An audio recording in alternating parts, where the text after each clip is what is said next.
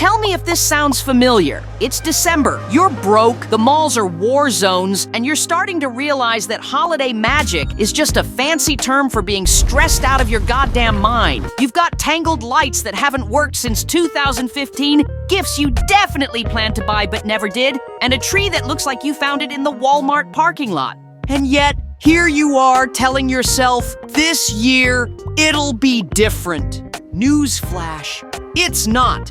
You'll still burn half the cookies, forget to buy batteries for that one toy, and wrap everything so poorly it looks like you did it blindfolded. But that's the thing about Christmas. It's never perfect, and that's what makes it yours. So if you think your holiday's a disaster, just wait. The Simpsons Christmas is about to make you feel a whole lot better about your own mess. Now, speaking of chaos, let's talk about The Simpsons. The first ever Simpsons episode aired in 1989, titled Simpsons Roasting on an Open Fire, kicks off with Homer driving through snow-covered streets like he's auditioning for Fast and Furious. He crashes, obviously, and the family scrambles into the school auditorium like a stampede of elephants. By some miracle, they make it just as Lisa's about to perform her fiery torch dance. Because apparently, nothing says Merry Christmas like a kid handling open flames.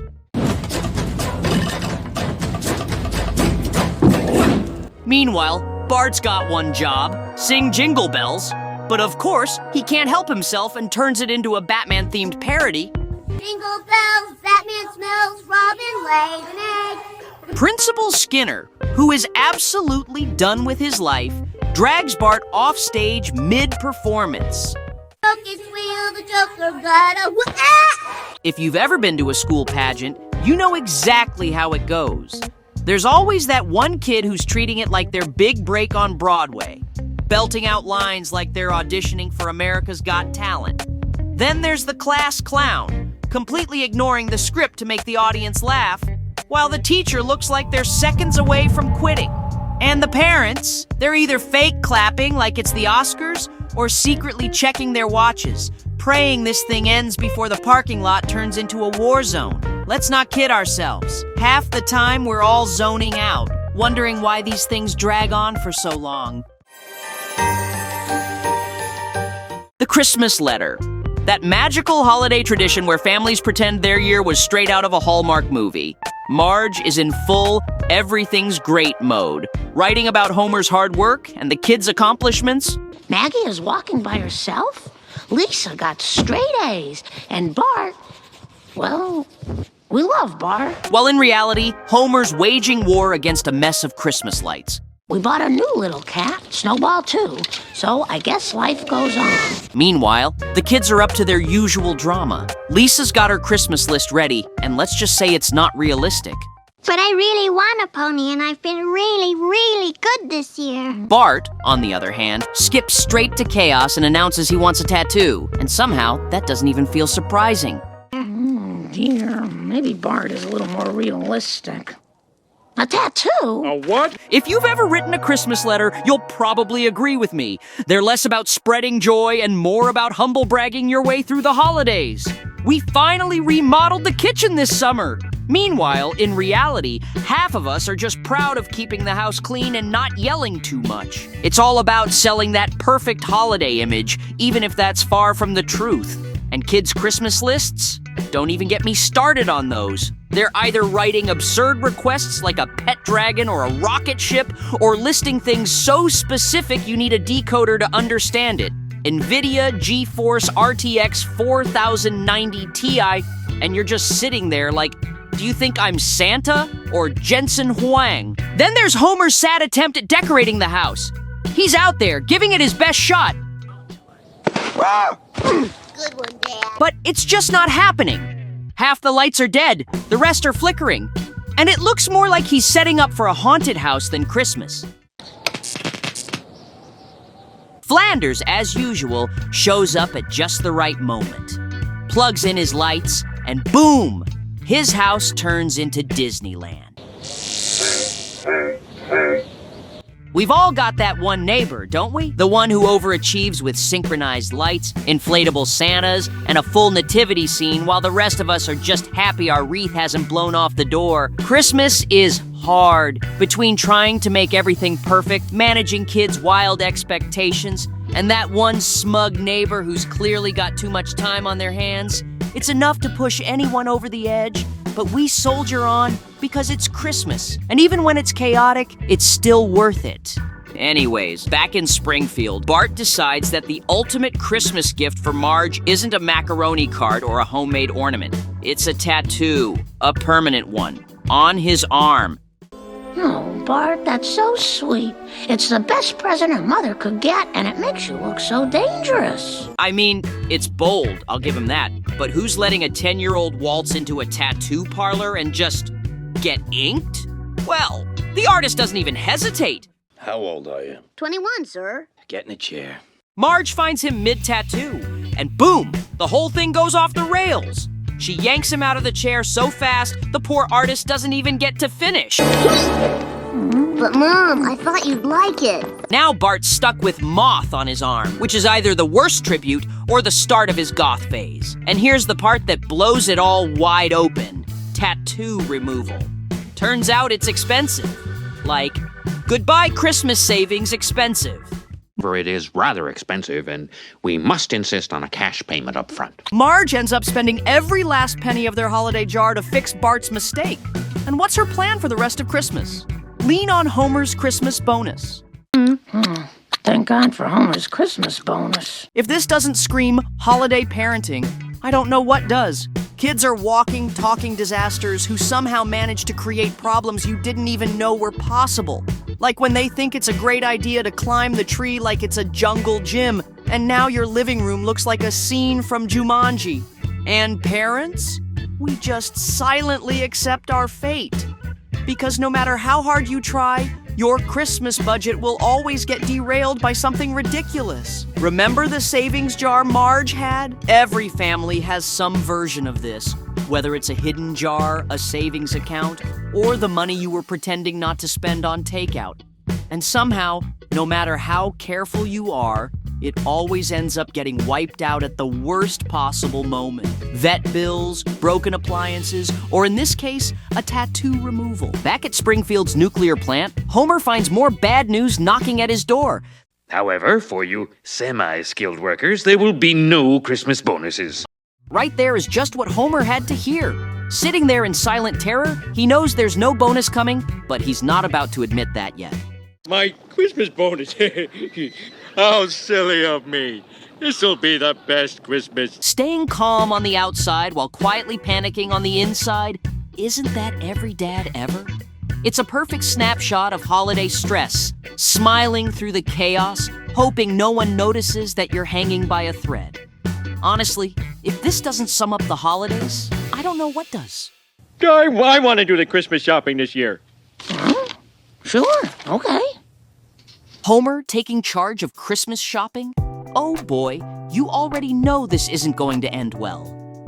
The man's broke, but instead of admitting it or coming up with a plan, he decides to fake it till he makes it. So off he goes to Circus of Values, grabbing a pack of pantyhose for Marge. Pantyhose, practical and alluring. A six-pack, only $4.99. Romantic, right? Then he grabs some plain old writing paper for Bart, which might as well come with a note that says, "Merry Christmas, figure it out." That's a paper. I bet Bart can think of a million things to do with these. And Maggie? He gets a squeaky toy for Maggie because, sure, babies love stuff meant for dogs. Squeak toy. It says it for dogs. And the best part? Homer's trying to convince himself this haul is not only acceptable but thoughtful. You can almost hear his internal monologue. Yeah, Marge will love this, right? Right? Bless his delusional little heart. Honestly, though, we've all been there when it comes to holiday shopping. You're grabbing whatever's left on the shelves, like a weird candle that smells like pine cones or socks that say, "World's Best Mom," even though they're in the clearance bin. Or maybe you're shopping on a budget, trying to make every penny count while desperately hoping nobody notices how creative your gift choices are. With gifts in hand, Homer heads home, only to bump into perhaps the last person he'd expect. Well, let's see. Oh, this one's mine, and this one's mine. This one's mine. And They're all yours. Nonetheless, there's always that one person who makes you feel extra broke. Ned Flanders. He's walking out of the store with gifts that look like they've been picked by a personal shopper and wrapped by an Instagram influencer. well, happy holidays, Simpson. Meanwhile, you're holding a paper bag with 3 random items and hoping the store clerk didn't forget to take off the security tags. It's like, come on, Ned, we get it. You're perfect. Stop rubbing it in. It's not always about nailing the perfect gifts. Sometimes it's just about showing up and trying your best.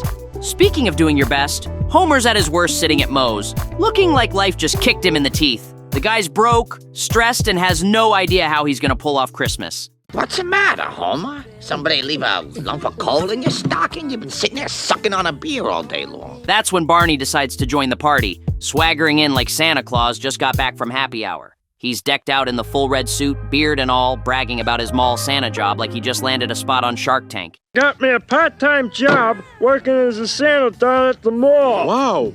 And that's when it hits Homer. This is the solution. Become Santa, get paid, save Christmas. Easy, right? We'll see about that. The next thing you know, Homer's at Santa training, and it's a disaster. He's trying to memorize Christmas songs, fake enthusiasm, and master his ho, ho, ho. There's a whole montage of him learning the ropes. It's like watching a bear try to ice skate. Dasher, Dancer, Prancer. Truth be told, Homer's about as convincing as a Santa at a gas station parking lot. At one point, he's supposed to practice greeting kids, and he fumbles it so hard that you half expect them to call security. Little boy? You're not really a Santa, Tubby. Why, you little... No, Homer. It's like the world's most awkward corporate training session, but with a Santa suit. Isn't this just the perfect metaphor for holiday desperation? The holidays have a way of pushing people to take the most ridiculous jobs just to make things work. Wrapping presents at a department store while fighting off paper cuts? Why not? Delivering packages for $1 billion corporation that somehow still pays in nickels and dimes? It's not just about the paycheck, though. There's this weird holiday guilt that makes you want to do whatever it takes to make Christmas special. Anyhow, Homer gets home late from Santa training, and Marge wants to know where he's been. Homer, why are you 7 hours late? Not a word, Marge. I'm heading straight for the tub. And Patty and Selma. Those two seem to exist solely to roast Homer every chance they get. They immediately jump in with their snarky commentary, pointing out the obvious. Merry Christmas. It's Christmas. You wouldn't know it around here. And why is that? Well, for one thing, there's no tree. So what does Homer do? Man decides to steal a tree, chainsaw in hand. He sneaks into some private lot like he's in a low-budget heist movie. He gets the tree, but not without some drama. That's Homer for you, breaking the law in the name of holiday cheer. But yo, at least the family finally gets their tree, even if it does smell like desperation and poor decisions. Beauty, isn't it? Wow, yay, Dad! Go, Dad! And just when you think the madness is over, there's still one more holiday rite of passage left to endure. Mall Santa time. In his Santa suit, Homer's trying his best to bring some holiday joy to Springfield's kids, while secretly clinging to the hope that this gig will save Christmas. I want some Robotoids, and then I want a Goop Monster, and then I want a great big son. giant... And then Bart shows up. Because if there's one thing Homer Jr. is going to do, it's cause chaos. Hey, Millhouse, I dare you to sit on his lap. Oh, yeah? Well, I dare you to yank his beard off. But He doesn't even hesitate before yanking off Homer's fake beard in front of a line of wide-eyed kids after being dared to do so. Nick. oh yeah? We'll just see about that. Bart, naturally, is more confused than upset. Why is his dad pretending to be Santa? And what does this mean for Christmas? This leads to a rare moment of honesty between the two. I didn't get my bonus this year, but to keep the family from missing out on Christmas, I'd do anything. Bart might be a little troublemaker, but even he feels for his dad in this moment. Homer's Santa gig pays off. Sort of. His check? Come on, son. Let's go catch this baby and get presents for $13. A whopping 13 freaking dollars? Talk about a punch to the gut. Barney suggests heading to the dog track to bet it all on a sure thing. I'm going to the dog track. I got a hot little puppy in the fourth race. Want to come? At first, Homer's hesitant, because even he knows betting their last $13 isn't exactly a solid financial plan. But Bart's optimism wins him over. Miracles always happen to poor kids at Christmas. It happened to Tiny Tim, it happened to Charlie Brown, it happened to the Smurfs, and it's gonna happen to us. At the track, they put everything on Santa's little helper, the ultimate underdog. Number 8, Sir Galahad, will be replaced by Santa's little helper. Convinced it's a sign, Homer turns to Bart for reassurance. Oh, go for it, Dad. That's my boy. Everything on Santa's little helper. Except he doesn't. The dog comes in dead last. In last place it's Santa's little helper. And just like that, Homer and Bart are back to square one, broke and defeated. At this point, I don't know what to say.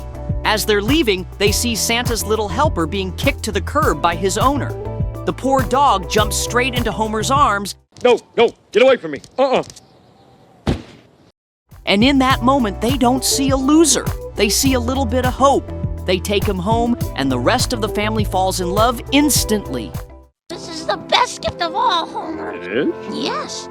Somehow, against all odds, Christmas is saved.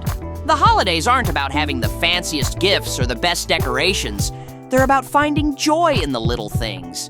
Whether it's an unexpected act of kindness, or in this case, a scrappy little dog who just needed a family. Don't forget the usual family drama, though. Your aunt is fuming because she didn't get any pudding before it disappeared, and Dad's already ranting about how the Christmas lights are gonna jack up the electricity bill. That's the real holiday spirit, and the Simpsons nailed it. It's the chaos, the fails, and the weird little moments that make it all memorable.